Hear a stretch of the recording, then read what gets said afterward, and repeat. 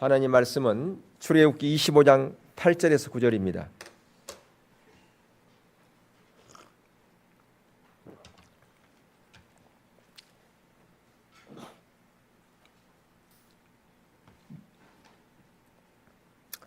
우리 한 목소리를 합독하겠습니다. 시작. 내가 그들 중에 거할 성소를 그들이 나를 위하여 짓되 물은 내가 내게 보이는 모양대로 장막을 짓고 기구들도 그 모양을 따라 지을지니라. 아멘.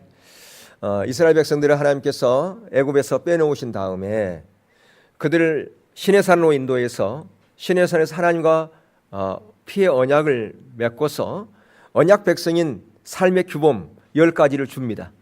그리고서 명령하시기를 성소를 지어라. 그렇게 말씀하시죠. 성소를 지으라는 것은 우리가 이미 살펴본 것처럼 모든 사람들을 구원하기 위함이요, 또한 우리가 너와 함께 교제하기 위함이다. 그렇게 말씀하셨어요.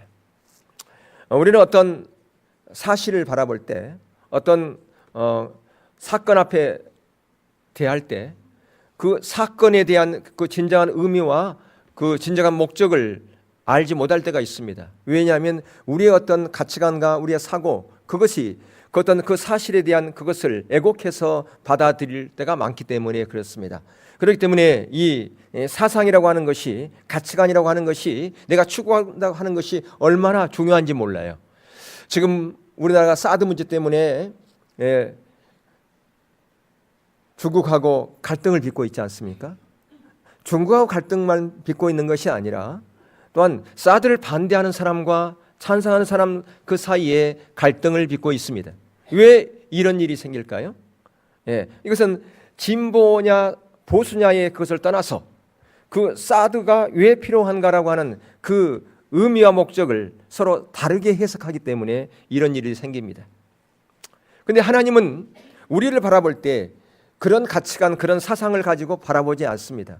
우리의 있는 모습 그대로를 바라보신다라고 하는 것입니다. 왜 우리를 있는 모습 그대로 바라보시냐 하면 우리가 바로 하나님의 자녀이기 때문에 그렇습니다. 하나님의 형상으로 지어졌기 때문에 그렇습니다. 우리가 조금 부족해도, 우리가 연약해도 우리를 그것을 가지고 우리를 판단하신 하나님이 아니라 있는 모습 그대로 사랑하신 하나님이라고 하는 것입니다. 그런데 하나님께서 우리 안에 거하셔서 그분께서 우리의 삶을 인도하시고 우리를 하나님의 기뻐하신 뜻으로 인도하기 위해서는 우리가 해야 될 일이 있다라고 하는 것입니다. 그저 하나님께서 우리 안에 거쳐 삼을 수는 없다라고 하는 것이죠. 여러분들이 이제 어떤 장소를 갔을 때 거기에 어떤 뭐 천막을 치든 간에 뭐 새로운 어떤 집에 들어가서 거하든 간에 그것이 너무나 어지러워져 있고 청소가 안 돼 있으면 가장 먼저 하는 일이 뭡니까? 그 텐트를 칠 곳을 정리를 하고 또 내가 거할 방이 있다면 그것을 정리하고 청소하는 것이 먼저지요. 내가 아무리 피곤하고 힘들다고 해서 정리가 안 되고 청소가 안 돼 있는 그런 곳에 그냥 눕는 사람은 아무도 없습니다. 먼저 청소하는 것이 필요하다고 하는 거예요. 하나님도 마찬가지입니다. 그래서 하나님께서는 내가 거룩하니 너희도 거룩하라고 그렇게 말씀하셨사. 그것은 왜 우리 보고 거룩하라고 그랬을까요? 하나님이 우리 안에 거쳐 삼고자 하기 때문에, 하나님이 우리 안에 오시려면 우리가 거룩해야 되기 때문이라고 하는 것입니다. 그래서 하나님께서 우리 가운데 성소를 지으라고 그랬는데 가장 먼저 무엇을 먼저 말씀하셨느냐? 여러분 성막에 보면 거기에 구조가 어떤 것이 있었다고 그랬어요? 문이 있다고 그랬죠. 그 성막의 폭이 25m인데 그 문이 10m나 된다라고 하는 거예요. 그것은 뭐냐면 하나님께서 구원에 대한 열망이 크기 때문에 그렇습니다. 모든 사람들이 다 주님께로 구원받기를 원하기 때문에 그랬죠. 그래서 돈 없는 사람도 오고 값없이 사라고 하는 것입니다. 아무나 오라는 것이죠. 어떤 노력의 대가로 구원을 얻는 것이 아니라 전적인 하나님의 은혜로 되어진 것이다 라고 하는 것이죠. 그래서 요한복음 1장 12절에 영접하는 자 곧 그 이름을 믿는 자들에게는 하나님의 자녀가 되는 권세가 주어졌다고 그렇게 말씀하고 있지 않습니까? 하나님의 권세, 그것은 영접하기만 하면, 받아들이기만 하면 되는 것입니다. 그러니까 그 구원의 문은 우리 모두에게 활짝 열려 있다라고 하는 것입니다. 그래서 그 구원의 문을 통해서 들어온 그 모든 자들 가운데 하나님께서 은혜를 붓고 그들과 함께 거하기를 하나님께서는 원하고 계신 것이죠. 두 번째 보면 우리가 건축해야 될 그 성소가 있습니다. 그것은 오늘 보니까 뜰의 번제단과 물두멍입니다. 뜰의 번제단과 물두멍이에요. 여기 보면 가장 먼저가 번제단. 번제단은 재물을 올려서 태우는 곳입니다. 태우면 재는 밑으로 떨어지고 그 연기는 위로 올라갔죠.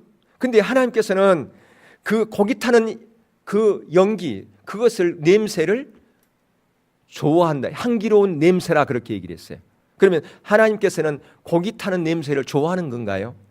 우리처럼 코가 있어가지고 그 향기를 맡은가요? 아니라는 거죠. 그게 태워진다는 것은 우리의 모든 죄가 불타는 것을 말하는 겁니다. 우리 죄가 태워질 때, 아낌없이 태워질 때, 그 연기가 올라갈 때, 그것을 하나님께 기뻐하는 거예요. 우리 죄가 태워질 때, 그게 연기로 올라갈 때 하나님께서는 그걸 기뻐한다는 겁니다. 왜? 연기 때문이 아니라 우리 죄가 태워지기 때문에, 우리 죄가 사하지기 때문에 그걸 하나님께서 기뻐하시고 내가 그것 때문에 기뻐한다, 그렇게 말씀하신다라고 하는 것이죠. 그러니까 그것의 진정한 의미를 모르니까 구약의 이스라엘 백성들은 하나님께서는 이 타는 연기를 좋아하는구나, 우리 번제 많이 드리자, 많이 태우자, 그런 거죠. 아무리 그들이 번제를 많이 드리고 태웠다 할지라도 그들의 심령이 바뀌지 않는다면 하나님께서는 그 태우는 그 연기에 무슨 의미가 있겠냐, 그 말입니다. 그리고 물두멍이 있습니다. 물두멍은 제사장이 제사를 드리러 들어갈 때 손을 씻는 곳이 바로 물두멍이죠. 바로 여기서 우리의 허물, 우리의 죄성, 우리의 애습관, 우리의 잘못된 살아왔던 원칙들을 다 물로 씻는 겁니다. 무엇을 통해서? 세례를 통해서 씻는 거라 그 말입니다. 왜 우리 가운데 세례가 필요한가? 그 세례의 진정한 의미는 뭔가? 내가 죽는 거예요. 어떤 내가 죽는 것이냐? 내 자아가 죽는 것인데 나의 애습관, 나의 죄성, 나의 가치관, 세상적인 추구하는 것들, 그 모든 것들을 다 물속에 수장시켜버린다라고 하는 것입니다. 그런 의미에서 그 물두멍에서 손을 씻는 거예요. 예. 죄는 우리를 하나님부터 떨어지게 하고 옛사람도 하나님과 관계를 끊어지게 하는 것입니다.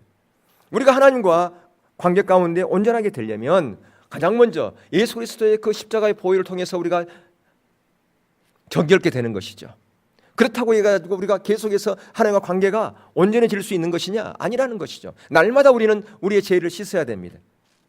근데 우리의 죄성을 씻어야 되는 게 필요한데 그것을 주님의 보혈로 씻어야 되죠. 근데 그 세례라고 하는 것은 그런 결단이에요. 내가 그렇게 하겠습니다. 에베소 4장 22절에 24절에 보면 너희는 유혹의 욕심을 따라 썩어져가는 구습을 따르는 옛사람을 벗어버리고 오직 너희의 심령이 새롭게 되어 하나님을 따라 의와 진리의 거룩함을 지으심을 받은 새 사람을 입으라. 여기서 새 사람을 입으라고 하는 이 말씀은 명령형이에요. 명령. 영어로 말하면 must, 반드시 그렇게 해야 된다고 하는 거예요. 명령형인데 여러분들 우리가 새 옷을 입을 때 어떻게 한가요? 옷을 벗고서 새 옷을 입습니다. 그러니까 과거의 습관을 벗어버리지 않고서는 절대로 새 옷을 입을 수가 없어요. 그러니까 행동으로 옮기는 것이에요. 그러니까 새 사람이 되는 것은 그래 내가 그렇게 해야지, 내가 오늘 말씀을 통해서 내가 은혜 받았어, 내가 결단해야지, 그게 아니라는 거죠. 아무리 내가 결단했다 할지라도 행동으로 옮기지 않으면 절대로 우리는 새 사람의 옷을 입을 수가 없습니다. 새 사람으로 변화될 수가 없다라고 하는 것이죠. 어느 날 내가 성령의 불 받으면 그때 될 거야. 아닙니다. 예, 여러분 성령의 불 중요합니다. 그것은 동기부여예요. 우리가 은혜 받는 것은 동기부여하는 거예요. 성령의 충만함 받는 것, 성령님께서 깨닫게 해주시는 것, 그것은 동기부여입니다. 근데 그 나머지 일은 누가 하는 것이냐? 우리가 하는 거예요. 우리에게 뭐가 있기 때문에? 자유의지가 있기 때문에. 자유의지가 있기 때문에 내가 그런 은혜를 받고 하나님께 깨우쳐줬다면, 내가 결단했다면, 내가 행동으로 옮기는 것은 우리의 몫이다 그 말입니다. 자유의지가 있기 때문에 그래요. 내가 맨날 이렇게 해야지 결단하고 행동을 안 옮긴다면 절대로 우리는 새 사람으로 변화될 수가 없다라고 하는 것입니다. 우리가 스스로 결단하고 내가 죄를 거절하고 옛 생활을 버려보기 위해서 내가 날마다 옛 쓰는 자리로 가야 됩니다. 하나님께서 죄와 더러운 곳, 애굽에서 우상 숭배했던 것들, 그런 것, 거기서 살았던 그런 가치관, 거기서 말하는 언어 생활, 취미 생활, 습관, 세상 것, 이 모든 것들을 다 싫어하기 때문에 그것을 다 버리기를 원했어요. 어떻게 버리기를 원했었는가? 홍해를 건너면서 그 홍해에다가 다 수장시키기를 원했다 그 말입니다. 홍해를 다 매장시켜라. 그래야 너희들은 나의 진정한 자녀가 될 것이다. 이게 바로 홍해를 건너게 하신 그 이유예요. 그래야만이 하나님과 온전한 교제가 가능하기 때문에 그래요. 고린도서 1장 9절을 한번 우리 같이 함께 읽겠습니다. 시작. 너희를 불러 그의 아들 예수 그리스도 우리 주와 더불어 교제하게 하시는 하나님은 미쁘시도다. 바로 예수 그리스도를 이 땅에 보내신 이유가 뭐예요? 우리와 교제하려고. 예수님을 이 땅 가운데 보내서 십자가에 달려 죽게 하신 그 이유가 뭐냐 그 말이에요. 하나님이 우리와 교제하려고 하기 위해서 그렇게 하신 거 아니겠어요? 여러분, 다른 사람을 내가 맨날 공격하고 모함하고 그랬어요. 근데 하루아침에 야, 너 나하고 좀 교제하자. 좋은 교제를 갖자. 그게 가능합니까? 절대로 불가능합니다. 우리가 더러운 몸과 마음을 가지고 하나님과 절대로 온전한 교제를 할 수 없어요. 그러니까 가장 먼저 우리를 씻어야 되는 거예요. 그래서 우리 죄를 씻으라고 예수님을 십자가에 달리 죽게 하셨어요. 주님이 제물 되셔서 우리 죄를 대신해서 죽었다 그 말이에요. 그 보혈로 우리가 씻어야만이 하나님과 교제가 가능하기 때문에 그렇다라고 하는 거예요. 우리가 거룩한 신분이 되지 않고서는 절대 하나님과 교제할 수가 없어요. 그런데 그것은 내가 안전한 어떤 거룩함의 자리에까지 갔기 때문에 하나님과 교제하는 것이냐? 아니에요. 신분상의 교제, 내가 주님의 보혈을 통해서 거듭났기 때문에 하나님과 교제할 수가 있는 거예요. 왜? 자녀이기 때문에 그렇다라고요. 자녀는 부모와 교제할 수 있어야 되는 거예요.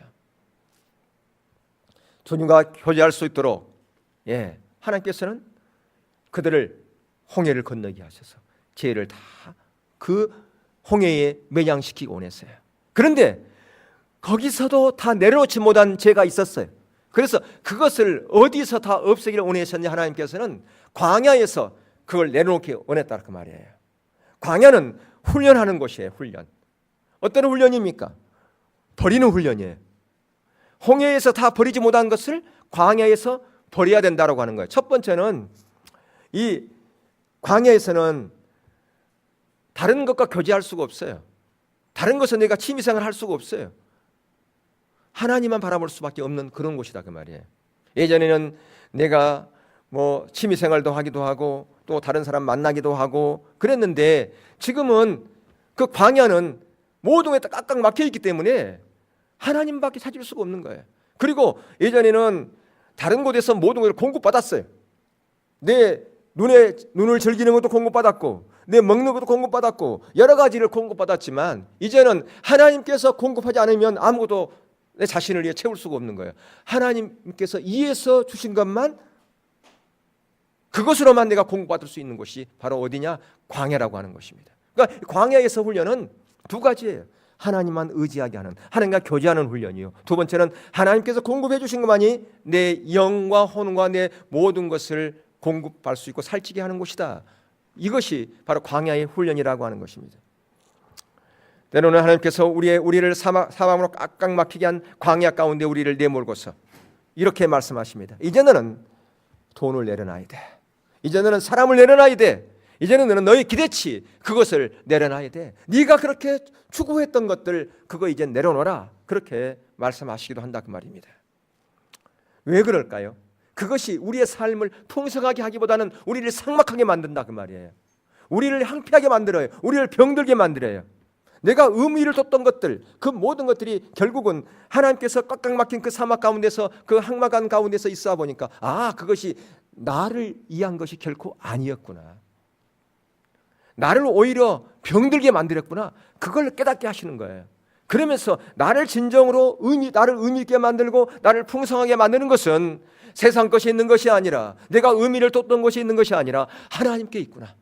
그걸 알고 하나님을 더 찾고 구하는 자리로 간다라고 하는 것입니다. 하나님께서는 왜 우리를 이런 훈련을 시킬까요? 우리의 수준을, 우리의 레벨을 더 높이기 위해서 그래요. 우리가 수준이 낮아 있는 자리에 있으면 하나님 교제가 안 되거든요. 우리를 더 높은 레벨로 올려서 하나님과 교제하게 하기 위해서 하나님께서는 그렇게 훈련을 시키는 거예요. 우리의 영적인 수준을 높이는 거다 그 말입니다. 영적인 수준이 높아가야 하나님과 교제가 더 잘 되지요. 여러분들 일주일에 한 번 나와가지고 아무리 신앙생활 오래 한다 할지라도 영적인 레벨이 올라갈 수 있습니까? 영적 레벨은 절대 올라갈 수 없어요. 훈련이 필요한 거예요. 그러니까 내가 훈련 받은 거 그거 두려워하거나 그거 부담스럽거나 하지 마라 그 말이에요. 광야를 사랑하라 그랬죠? 광야를 사랑하라 그런 거예요. 그러니까 그런 훈련을 사랑해야 돼. 왜? 그것이 나에게는 지금은 나를 힘들게 하고 내가 부담스러울지 모르지만 그것을 거치고 나면 그것이 나의 영적인 살이 되고요, 피가 되는 거예요. 영적인 유익이 된다 그 말입니다. 아멘? 예, 아멘 안 해요. 영적인 우익이 되는 거예요. 아멘? 예. 꼭 사모하시라. 광야를 사모하시기를 예수 그리스도로 축복합니다. 예, 그것이 나의 영을 살찌게 하는 거예요. 나를 유익케 하는 거예요. 내 삶을 더 한 단계 업그레이드 시키는, 변화시키는 놀라운 은혜라 그 말입니다. 여러분, 오래전에 어떤 그 할머니의 사연, 이런 사연이 있었어요. 할머니가 16살에 시집 갔는데 그 시어머니가 정말 호랑이 같은 시어머니인 것 같아요. 그래서 밤에 이 호롱불 앞 두루마기를 바늘로 이렇게 만들고 있는데 그 시어머니가 부르는 거예요. 빨리 안 나온다고 호통을 치는 거예요. 그러니까 바늘을 벽에다 꽂고서 빨리 일어서다가 그냥 넘어져 버렸어요. 그 넘어지다가 벽을 짚었는데 마치 그 바늘을 꼽아놓은데 거기다가 그냥 팔이 탁 들어가 버렸네요. 그러니까 바늘이 팔 속으로 꽂혀버린 거예요. 그러니까 그걸 빨리 빼야 되는데 정신없이 뛰어나가다 보니까 이걸 뺄 생각도 못한 거예요. 그러다 보니까 이게 점점 살 속으로 파고 들어가요. 그래서 뺄 수도 없는 거예요. 그래서 계속해서 이제 움직일 때마다 팔이 따끔따끔하고 아픈 거예요. 그렇게 몇 년을 지내느냐? 50년을 지내는 거예요. 그래서 그것을 알고 이제 자기 자녀들이 병원에 데려가서 엑스레이를 찍고 그걸 뺐다는 거예요. 얼마나 고통스럽게, 얼마나 아팠겠습니까? 마치 팔에 바늘을 꽂힌 채 살아가는 그 할머니처럼 우리는 오랫동안 죄의 습관, 악한 그런 모습을 가지고 우리는 살아가는지도 모릅니다. 그것이 나를 해치고 내 영혼을 망가뜨리고요.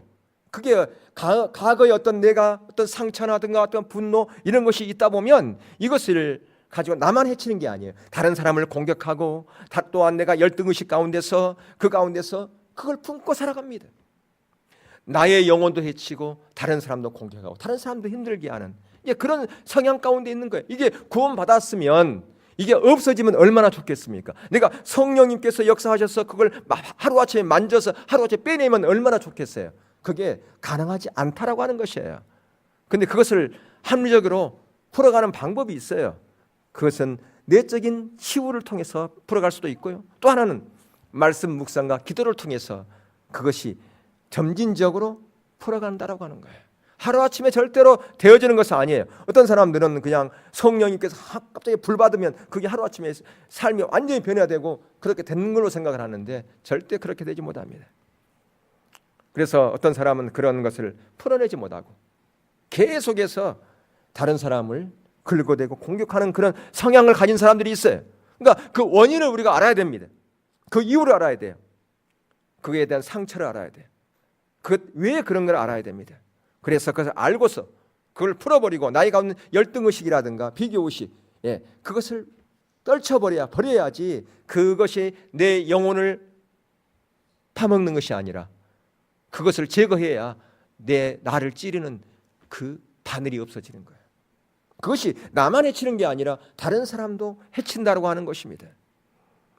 예수님께서는 이제 우리가 거듭난 저와 이름을 통해 여러분에게 이렇게 말씀. 이제는 바뀌어라. 새로운 사람이 되라. 새로운 피조물이 되라고 그렇게 말씀하세요. 이전 것은 지나가시니 보라 새 것이 되었도다. 새로운 인생을 설계하라. 그렇게 권유하고 계신다고 하는 것입니다. 그래서 그것을 위해서 여러분들이 결단하고 말씀을 묵상하고 여러분들 큐티집 사가지고 그거 그냥 폼으로 교회 왔다 갔다 하시는 분도 있는 것 같아요. 그거 묵상이 안 되면 읽어보시기라도 하셔야 돼요. 그리고 기도하셔야 돼요.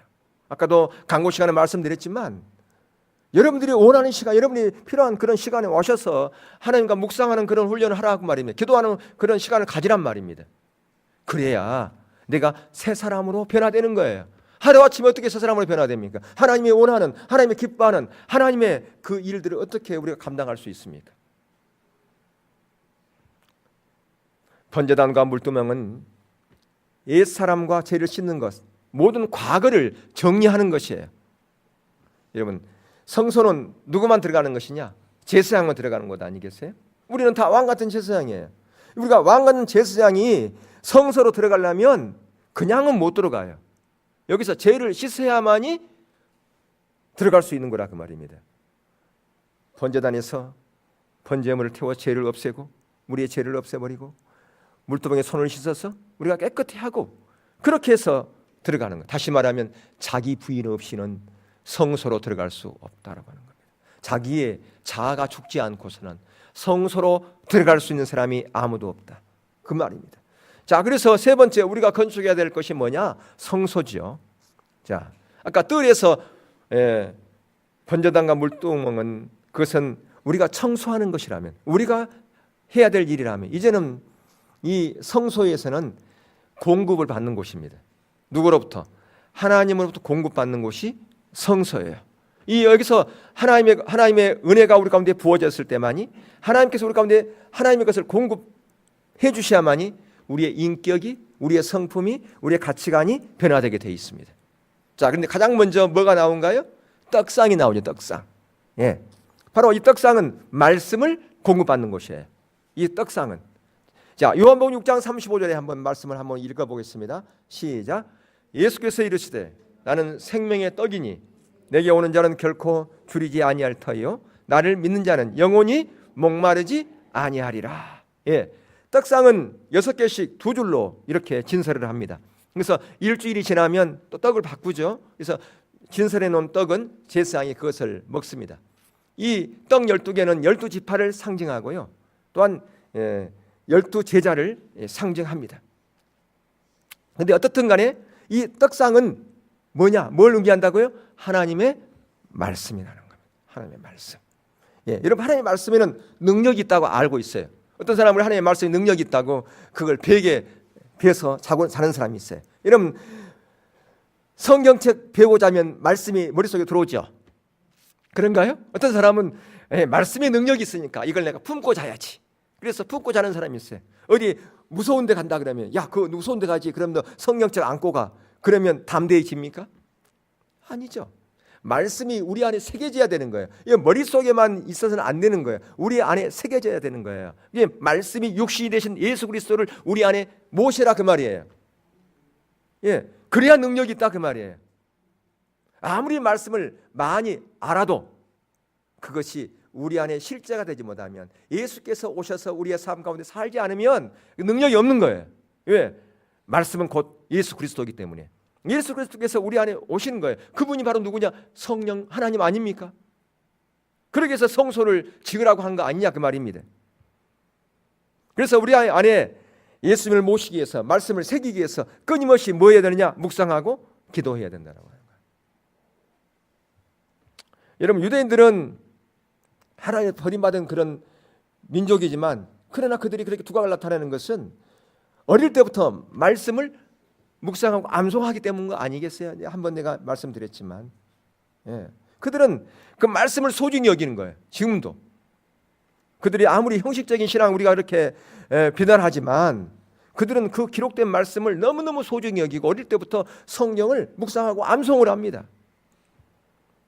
여러분, 하나님께서는 말씀을 주야로 묵상하는 자에게 형통함과 평탄함을 약속하셨어요. 여러분들이 여러분의 삶이 내가 평안한 삶을 살겠다, 평탄한 삶을 살겠다 그런다면 뭐 하셔야 된다고요? 말씀을 묵상하고 기도해야 된다고 말이에요. 말씀 묵상 없고 기도 없는데 어떻게 여러분의 삶이 평탄할 수 있습니까? 그래서 우리의 삶을 변화시키고 내가 가졌던, 내가 추구한 그런 과거의 제 습관, 욕망들, 그런 모든 것들을 하나하나 제거하기 위해서는 말씀 묵상과 기도를 통해서만 그게 가능하다고 하는 것입니다. 여러분, 우리가 무엇을 공급받냐에 따라서, 무엇을 내가 추구하냐에 따라서 내 사상이 바뀝니다. 여러분, 불온소적을 많이 읽는 사람들은, 그런 사람들은 이 사상 체계가 바뀌어버리잖아요. 공산주의가 하루아침에 된 게 아니잖아요. 정복 세력이 하루아침에 된 게 아니에요. 그들은 그런 불온서적을 가지고 공부합니다. 학습합니다. 그들의 머리가 세뇌됩니다. 그러니까 그들이 공산주의가 된 거 아니겠어요? 그러니까 내가 무엇을 추구하느냐, 무엇을 읽느냐 따라서 그런 가치관이 바뀌고 사상이 바뀌고 모든 삶의 영역이 바뀌어버린다고 하는 것이에요. 그렇기 때문에 우리가 신앙서적 우리에게 필요합니다. 그런데 신앙서적보다 더 좋은 것이 어떤 거예요? 말씀이잖아요. 말씀. 우리가 말씀을 읽고 묵상해야 이 말씀에 나오는 그 하나님의 가치관이 내 가치관이 되고 하나님의 언어가 내 언어가 되는 거예요. 내 행동 양식이 되어진다라고 하는 것입니다. 요한복음 6장 54절 56절. 그래서 우리는 지속적으로 말씀이 육시 되신 예수 그리스도를 의지할 필요가 있어요. 자, 54절부터 한번 읽겠습니다. 시작. 내 살을 먹고 내 피를 마시는 자는 영생을 가졌고 마지막 날에 내가 그를 다시 살리느니 내 살은 참된 양식이요 내 피는 참된 음료로다. 내 살을 먹고 내 피를 마시는 자는 내 안에 거하고 나도 그의 안에 거하나니. 우리가 잘 아는 구절이죠. 예수님께 십자가에 달리시기 하루 전날 밤에 제 아들과 마지막 만찬을 하시면서 떡을 떼시고 포도주를 나누면서 내가 진정한 떡이다. 내 살이 진정한 떡이다. 내 피가 참된 음료다라고 그렇게 말씀하고 있었다 그 말입니다. 여러분 여기서의 그 살과 피는 무엇인지 우리 잘 알잖아요. 예수 그리스도의 십자가입니다.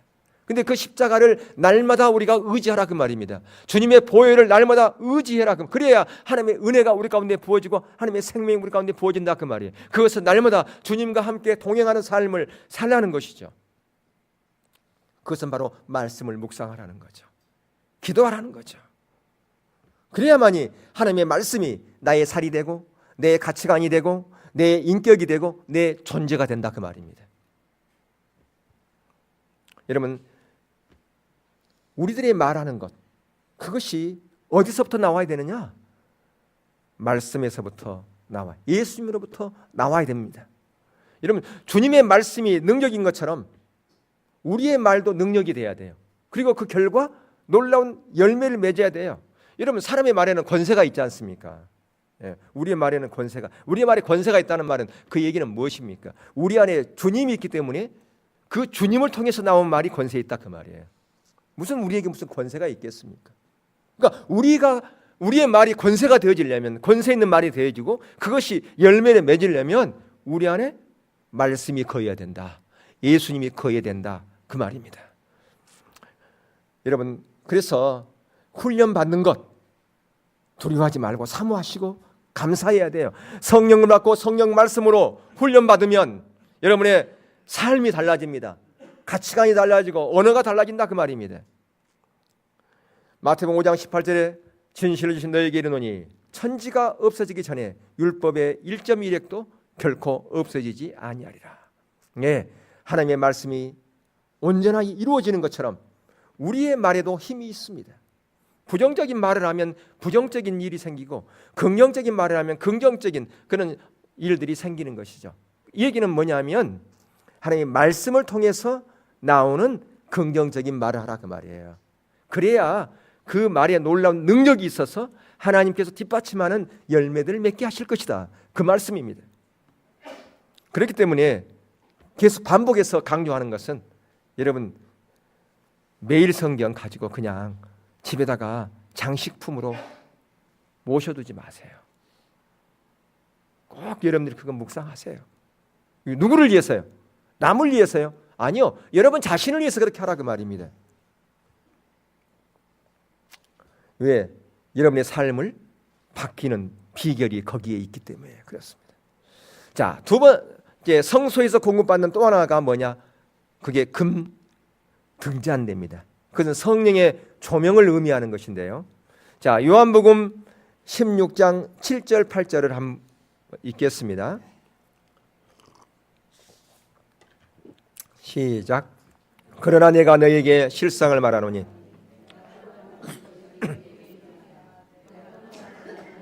보혜사가 너에게로 오시지 아니할 것이요 가면 내가 그를 너에게로 보내리니 그가 와서 죄에 대하여 의에 대하여 심판에 대하여 세상을 책망하리라. 아멘. 성령님께서 빛을 비추셔서 어두운 곳을 조명하신다 그 말이에요. 그러니까 어두운 곳을 비추니까 우리의 죄, 우리에 대해 의에 대해 심판에 대해서 그것이 책망받는 내가 이런 부분이 잘못되어졌구나. 이제까지는 몰랐어. 근데 성령님께서 비추시니까 아는 거예요. 깜깜한 밤인데 그가 뭐가 있는지 몰라. 장애물이 있는지 몰랐는데 빛을 딱 비치니까 여기 장애물 여기 지나가면 안 되겠구나. 알잖아요. 이런 것처럼 성령의 조명이 비춰졌을 때 내 진정한 나의 모습을 알게 된다 그 말입니다. 어두운 부분을 조명합니다. 죄에 대하여, 심판에 대하여, 의에 대하여 우리를 책망하신다 그 말이죠. 여러분, 민수기에 보면 이스라엘에서 나왔던 그 출애굽한 백성들이 가나안 정탐을 하죠. 정탐꾼 12명을 보냅니다. 그 중에서 성공한 사람은 여호수아 갈렙 두 사람뿐이고 10사람은 실패한 사람들이에요. 근데 문제는 대다수의 백성들이 실패한 사람들을 추종했다는 것이에요. 그러니까 다 같이 망했죠. 그리고 예수님의 제자들 중에서 11명은 성공했고 한 사람은 실패했어요. 누가 실패했어요? 가룟 유다가 실패했습니다. 예. 성공한 사람이 되면 성령의 조명을 받아야 돼요. 성령의 조명 없이 절대로 성공의 자리로 갈 수가 없다 그 말입니다. 성령님께서 내가 잘못된 길을 가려 그러면 빛을 비춰서 양심의 가책이라고 하는 것을 느끼게 합니다. 아, 이게 아닌데? 이렇게 가면 안 되는데? 그걸 알게 돼요. 그런데 그것을 무시하고 가면 문제가 생기는 것이죠. 경고를 무시하면 결코 거기서 살아날 수가 없어요. 여러분, 군대 갔다 온 사람 알지만 보초가 거기서 하는 것이 있잖아요. 움직이면 쏜다. 움직이면 쏜다는 거예요. 그리고 암고를 얘기하잖아요. 그래서 하랑 그러면 담배 이렇게 하시듯이. 예. 근데 움직이면 쏜다고 그랬는데 움직여. 그러면 총알이 있으면 쏘는 거죠. 경고를 무시하면 죽게 되었다 그 말이에요. 근데 내가 지금 어느 자리에 있는지를 몰라. 왜? 성령의 조명이 안 비추니까. 근데 성령의 조명은 나의 모습을 알게 하는 것이다 그 말이에요. 그게 은혜지요. 이렇게 살면 안 된다. 그걸 깨닫게 하고. 그것은 주님의 길이 아니야. 그리 가면 실패할 수밖에 없고, 그리 가면 넘어질 수밖에 없고, 그리 가면 낭떠러지야. 그렇게 성령께 조명하실 때 우리가 돌이키는 것이 필요하다 그 말입니다. 그러니까 성령의 조명을 받으려면 하루아침에 되는 게 아니에요. 뭐 어떻게 하면 성령의 조명을 받습니까? 훈련 받아야죠. 훈련. 예, 훈련 받고 그래야 성령의 조명이 비춰지는 거예요. 하루아침에 성령의 조명이 비춰지면 얼마나 좋겠습니까? 훈련을 받아야 성령의 조명을 통해서 나의 모습을 발견하고 돌이키고, 그래야 내 생각하는 것도 바뀌고 말하는 것도 바뀝니다. 아, 이거에 내가 잘못되었구나. 이렇게 하면 안 된다. 그렇게 깨닫고 돌이키는 자리로 간다. 그래야 삶의 변화가 있는 것이죠. 성숙된 자리로 가는 거예요. 우리의 레벨이 높아진다 그 말입니다. 세 번째, 성소에서 공급받는 게 뭐냐? 향단입니다. 향단. 향단은 찬양과 경배를 포함한 예배 생활을 말하는 거예요. 제사장이 들어가는 그 성소의 향단이 바로 경배요, 예배예요. 예, 그 향단에서 하나님께서 가르쳐 주신 방법대로 제사를 드리지 않았던 사람 두 사람이 구약에 있죠. 바로 나답과 아비후입니다. 그래, 그들은 죽었어요. 그들은 대제사장인 아론의 바로 후계자예요. 바로 승계할 그런 자리임에도 불구하고 그들은 죽었다 그 말이에요. 여러분, 오늘날은 은혜 시대인데 우리가 그렇게 하지 않아도 우리 안 죽잖아요. 근데 왜 하나님께서 그렇게 하실까? 감사해야 돼요. 예, 내가 은혜 자리 가운데 있구나. 하나님께서 우리를 사랑하시기 때문에, 하나님의 자녀이기 때문에 기다리시는 거예요. 기회를 주시기 위해서. 야, 내가 또 한 번 기회를 줄게. 또 한 번 기회를 줄게. 예, 왜 기회를 계속 주시는 겁니까? 우리가 온전한 성소가 되어져서 하나님께서 우리 안에 거하시려고 그렇게 기회를 주신다고 하는 겁니다. 어떤 사람들은 수고하고 열심히 하는데도 뭐가 잘 안 되는 사람들이 있어요. 예, 물질이 빠져나가고 건강이 빠져나가는 그 이유가 있나? 뭐 때문에 그런가? 하나님의 원칙대로 내가 하지 않기 때문에 그렇다는 거예요. 계속 손해만 보는 거예요. 그러니까 그런 경우는 내가 정말 하나님의 원칙대로 내가 살지 않았다. 그게 비춰지면 훈련 받고 과거의 나의 모든 것들을 다 홍해에 다 수장 못 시켰다면 광야에서 훈련 받음으로 하나하나 제거해야 돼요.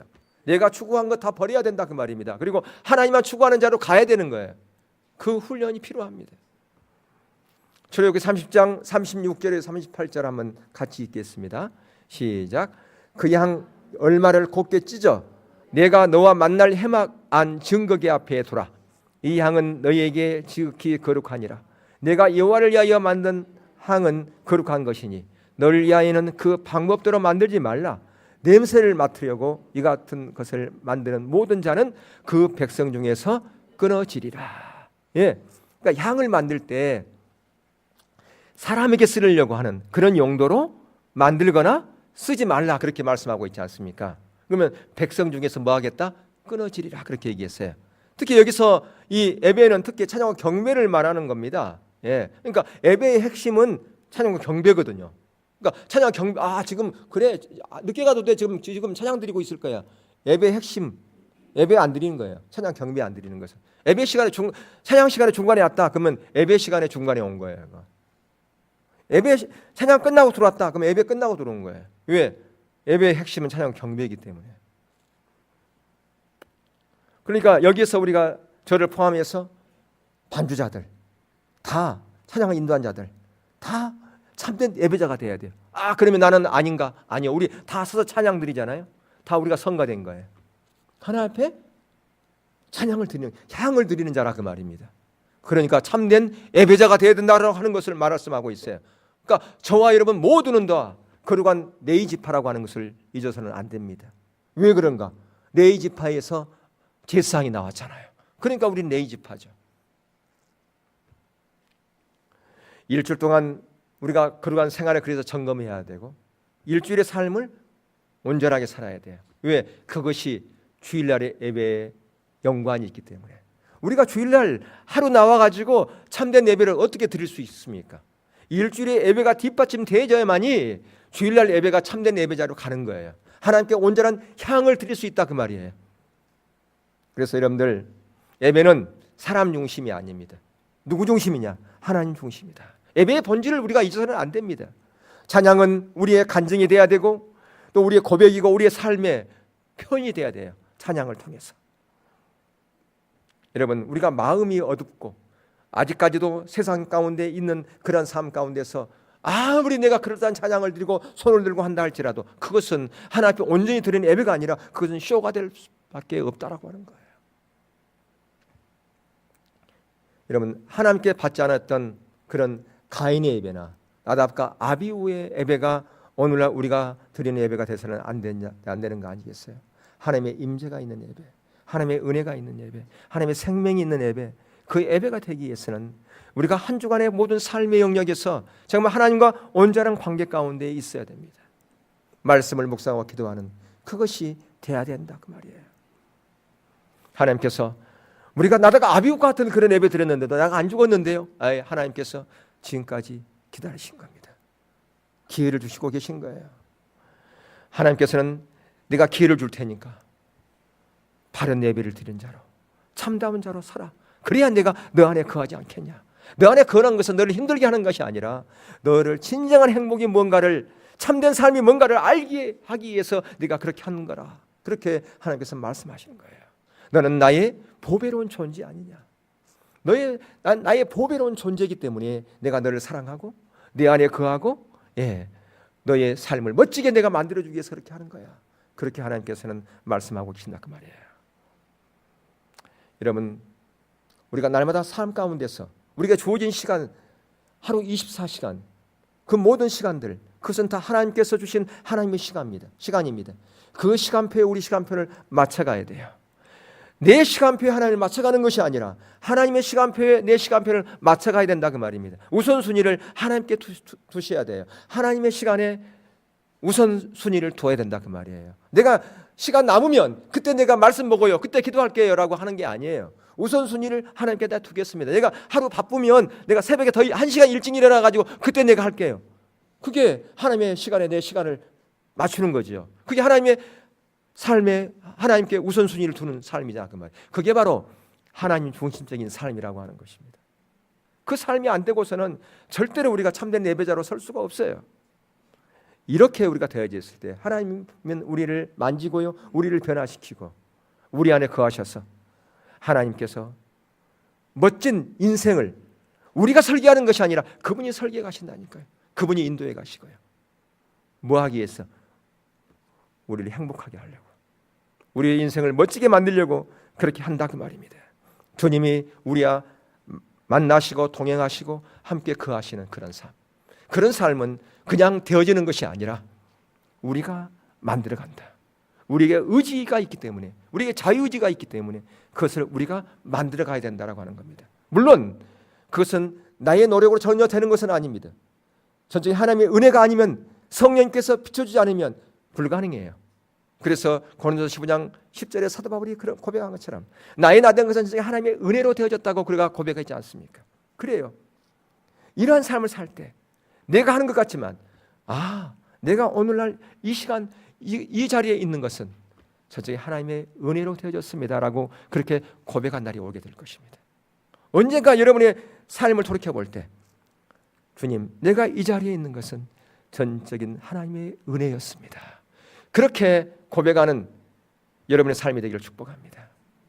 그것은 바로 다른 사람이 알아요. 참 집사님, 권사님 참 많이 변했어요. 뭐가 나가 변해? 나는 하나도 안 변했는데. 나는 모르지만 다른 사람이 뭔지 알고요.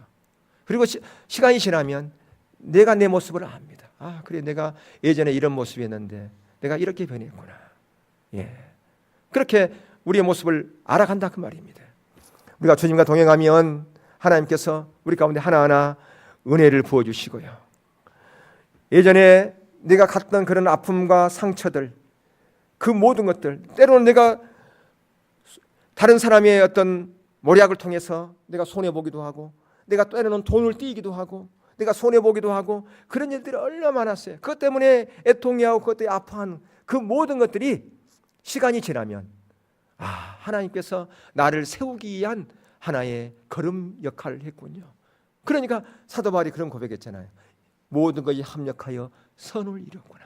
이런 삶을 통해서 과거에 나의 아픔과 상처와 고통과 그런 모든 것이 나를 세우기 위한 자양분이었던 것을 고백하게 된다니까요. 그런 날이 오기를 주 이름을 축원합니다. 하나님께서 여러분들이 다 성소가 되죠. 하나님이 거하는 성소가 되기를 하나님이 원하신다 그 말입니다. 이 땅에 하나님은 성전을 세우기 원해요. 하늘나라에만 성전이 있는 것이 아니라 이 땅에 성전이 있어요. 누가 이 땅의 성전입니까? 저와 여러분이 하나님의 성전이라 그 말입니다. 그 성전을 여러분들이 아름답게 가꾸어 가시기를 축복합니다. 그래서 주님이 오셔서 여러분과 함께 거하는 그러한 성소, 그런 멋있는 여러분의 인생을 가꾸어 가시기를 주의 이름으로 축원합니다. 우리 찬양